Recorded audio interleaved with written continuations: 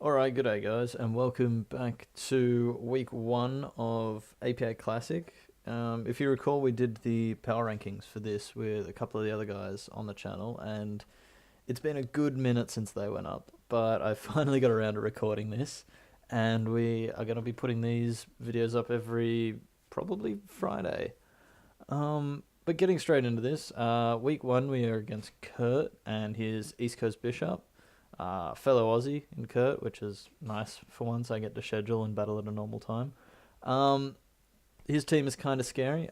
Before I get started though, this is this is the first video that I will be using the new logo for. I did Johnny, my boy, made me this logo. It is absolutely fire and I love it.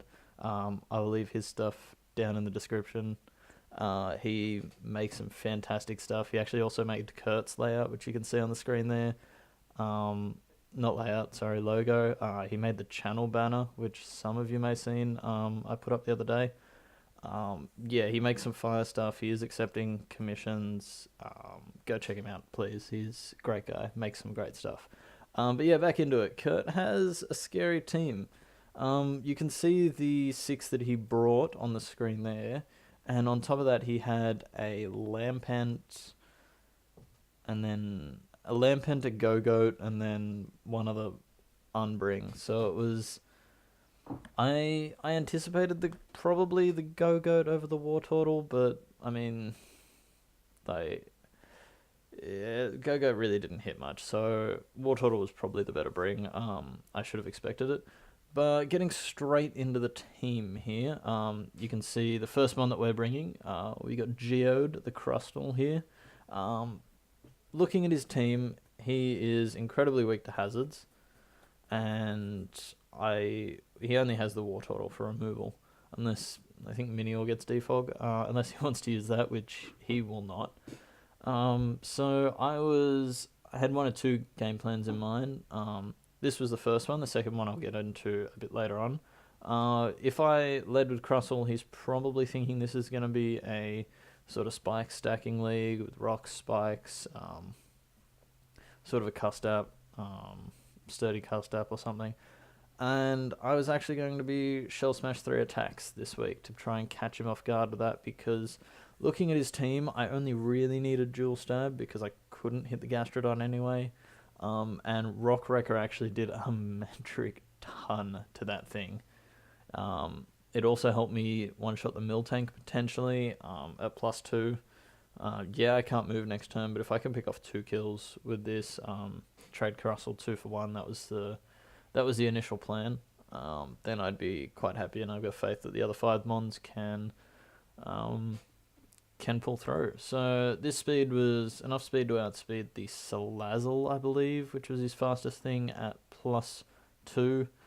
Then just dump the rest into attack, through the last 12 into Spadef. Just maybe eat some hits a little bit better. Moving on, we have our next one. We've got Cogsworth, the Klinklang here, and this was the only thing that I had to potentially check a Minior. Gear Grind destroys that thing, especially if it's in shields down. And with this, this is like a max bold with 4 in attack, because I needed that spread.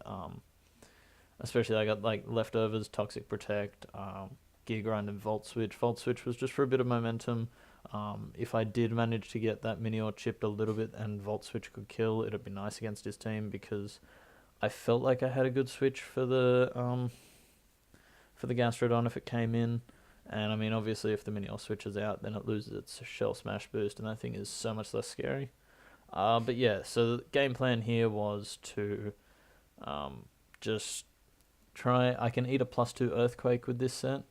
I was originally Shocker, but I realized that this just helps me blanket check a couple other things that could have been physical with the leftovers and like the Toxic Protect. In hindsight, probably should have still been Shocker, but what can you do? Hindsight's 2020.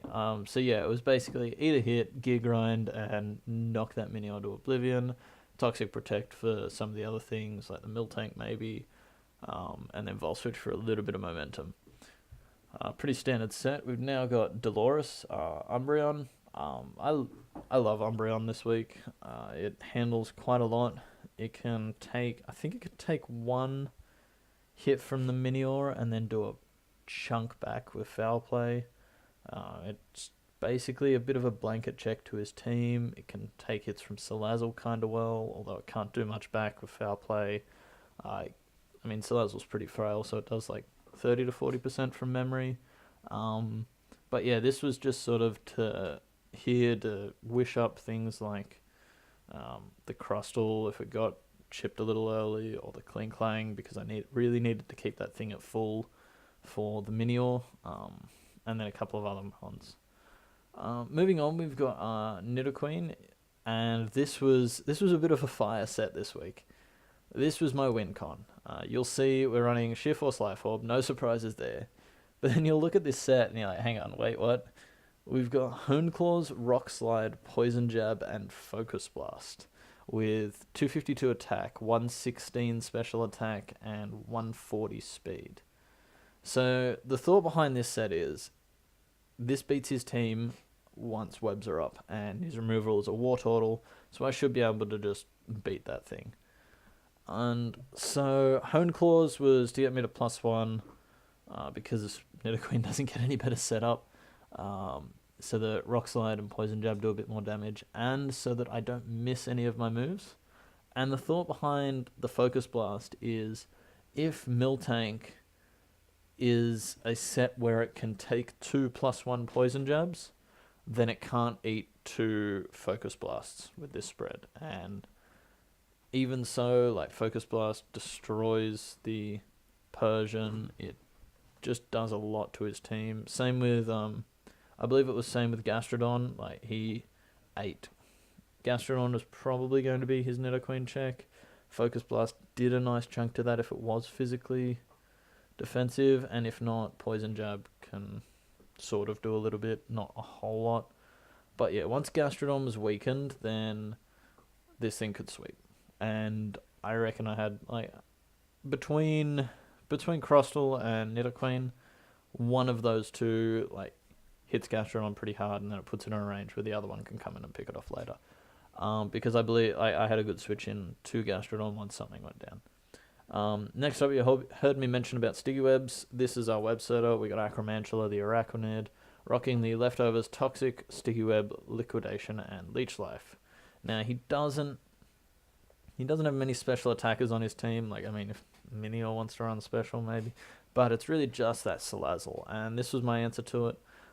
Liquidation just bops that thing into the next dimension, and Toxic was to just Toxic some things, spread it around, mainly for the Gastrodon, because that's got Storm Drain, so it's probably going to want to be the Liquidation switch in. Sticky Web, obviously, and then Leech Life for, I think it was the Go-Goat? Yeah, the Go-Goat. Just max HP, max Spadef. I was going to run a bit more in attack, but I didn't need it for the Salazzle, and none of the other roles really mattered, so I'm like, well, why not eat Salazzle even a bit better? So nothing too crazy here. This was another mon that really wanted to catch an Umbreon Wish, so it could just keep checking things. But yeah, so moving on, we have our last mon here. We got Serial Killer, the Kadabra. And it's a Focus Sash Kadabra. This was my emergency, Miniors or Salazzle have set up, and they're going to sweep my team. So this is a Sash, keep it at full, and then Psychic. I've got Hidden Power Rock there because that hits Minior, and Hidden Power Ice didn't really do anything. Like, didn't hit anything else. I got Signal Beam for the Persian and the Go-Goat. I got Psychic just for some stab, and then Energy Ball, of course, for that Gastrodon.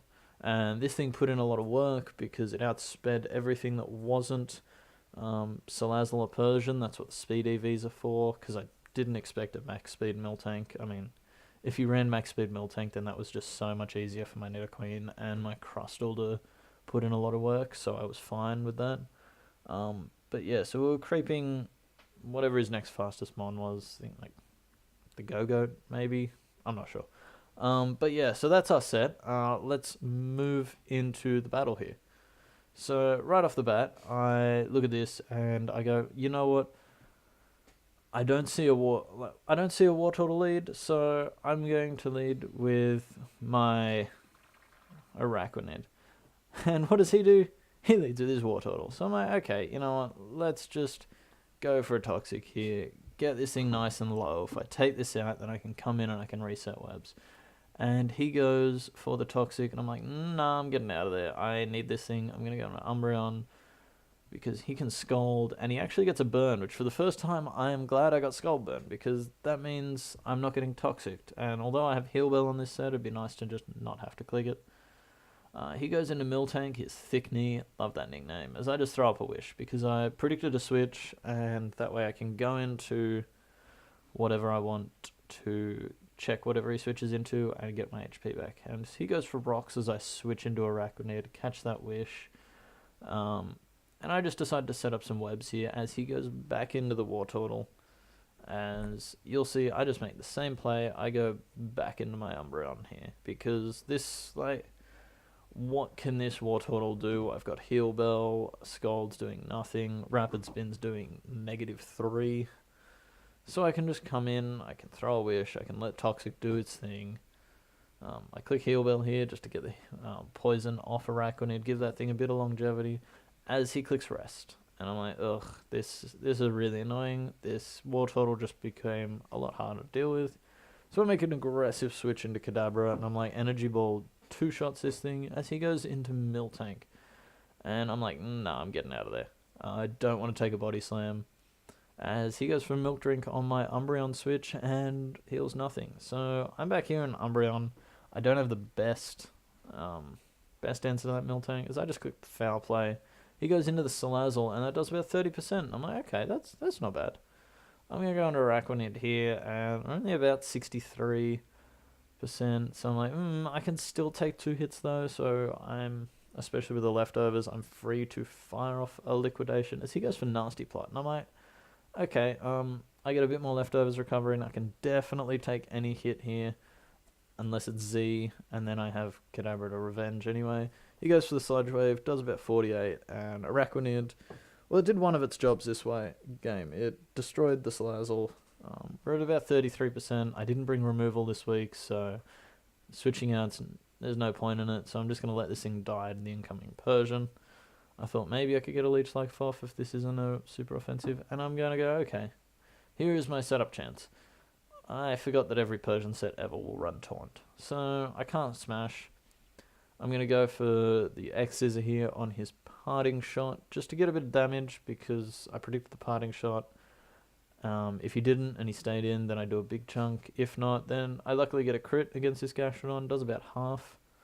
So I can go back into Umbreon. As you'll see, Umbreon is my switch into everything this game. I'm like, kind of want a Toxic on this thing.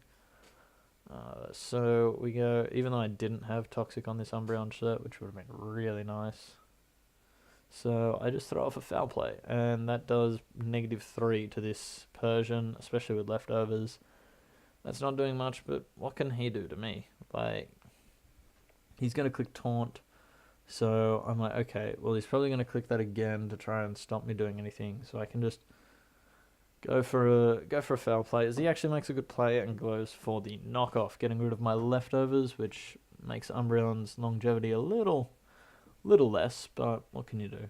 So I make the aggressive switch here again into my Crustle as he goes for the Taunt. This gives me the ability to just fire off a move once again, because I live a knockoff, and I thought that I killed here with X-Scissor, but I forgot about, is it Fur Coat or Fluff? Fur Coat, that's the one. That reduces the damage output from physical attacks. So again, Crustle is dead on any switch in. I thought about going for the Rock Wrecker here just to do a bit of damage, but then I'm like, no, he can just Milk Drink up because he'll probably go Miltank. So I go for the X-Scissor, that does next to nothing. He goes in the Miltank and kills that, and we're in a bit of a sticky situation here because my win con was having Rocks up or having Crustle sweep, and Crustle's dead and Webs are dead and they're not up. And so I just go into Serial Killer here and start firing off Psychics, because he doesn't know that I'm he probably doesn't want to be taking, like, doesn't want to risk the switch into Persian, as he just goes for the body slam. I get a bit of a crit there, which is a bit fortunate. It would have just prolonged that. I switch out here as he goes Persian. I go back into Umbreon because knockoff, like we've seen these moves here, you got knockoff, taunt, parting shot. They're doing -4 to me as he reveals the play rough, and that does 25%.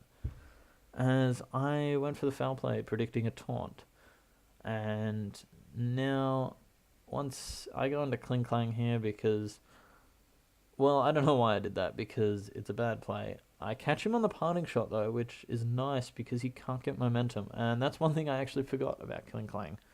I remembered when building, but I forgot in the battle. As he goes for the knockoff here, as I go for the Toxic, predicting a switch into Gastrodon, fearing the shift gear. So now he goes into Gastrodon, as this is when I go for the Protect, thinking I'd just whittle this thing down. I really should have gone for a Toxic there, but I switched out because I need this for the Minior. I go into Umbreon. Look, at this point, that was just sacking it off. I go for the foul play for like the tiniest bit of chip. That chip, I think, just helped guarantee the Oko with Kadabra. Not actually, no, Kadabra always Oko'd unless he's Rindo, which we've seen he's not. As I get a free energy ball here. It does a massive chunk to anything that comes in. He goes into the War Turtle. I get the Spadef drop, but it did 50 the first time, so that didn't really matter. As he's going to go back into Persian here, so we're in this cycle. I go to Nidoqueen because it's the most useless member of my team at the moment. Everything does a chunk to it. He gets a crit with the knockoff, which is rather annoying. And so here he goes parting shot, and I think I just go poison jab to just try and finish this thing off. And that does 10% of this Gastrodon, so not a whole lot. He almost gets all that back with his leftovers. I go for Focus Blast because it does the most, because this thing was physically defensive, if I remember. He Earth Powers to take us out here, and this is another free Kadabra. Another energy ball that I can just click, and Kadabra claims his 3rd kill of the game. Now, he goes into Minior here, and I'm going to pause this for a sec, because this play is, because Kling Klang is, let me check, it's at 77%. So it is a roll. I can't live a +2 Earthquake now after rocks, I do believe. Or it's a roll that is not at all in my favour. Actually, no, I can't live it, that's right. But I can live it if he's still in Shields down form. And so that was my play. I was like, this Persian only has knockoff and play rough. They do about -3 to Kling Klang. I need to click a move that is guaranteed not going to put this thing in, going to keep it in Shields up form. And so Psychic or Hidden Power Rock do the most here. And I could then pick this thing off with Kling Klang. So I click Energy Ball here to put him at 40%. And he goes for Cosmic Power. A play I don't understand, because if I click Psychic then, Psychic does about 60%. I put him in 40%, he goes into Shields down, which means his defenses go from 100 to 60, which means that +1 in Shields down, or like the colourful one, is going to be taking about the same as regular in the Shields up or the ugly looking form. So if I click Psychic there as he Cosmic Powers, then I win the game, because 2 Psychics take this thing out. I don't think I outspeed the Minior. No, I don't outspeed a Shields down Minior, but he can take me out, and then he can't take Kling Klang out because he's not a +2, and then I can take the Persian out. But the Cosmic Power play doesn't make sense to me. So now I can't kill this thing. I go for a Psychic to try and... Look, I'm not sure at this point. He goes for the Shell Smash, and then at the end of the turn, he goes to Shields down. Yeah, that's what it's called. And then just Earthquakes twice and wins the game. So I'll let it play out here. Long story short is I had a few misplays. I didn't probably build the greatest. Like that Gastrodon Miltank was such a problem for me to break. That Persian I really didn't have many switch-ins to. Superior might have actually been nice this match. And like Nidoqueen. Nidoqueen, I needed to prioritize getting webs up and not losing my Araquanid. Superior would have been nice for that defog to get those rocks away from Miltank so Araquanid had more longevity. But at the end of the day, Kurt almost threw, but I wasn't able to capitalize on that. So we lose 2-0 in our first week. Minior is such a threatening mon. And considering I'm coming from Indigo last season, which is the D League, which is actually now like the below D League because we have a new sort of mid-tier league.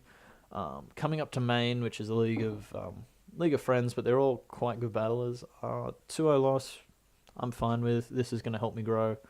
But until next time, I think that's going to be everything for today, and I will see you guys later. Bye-bye.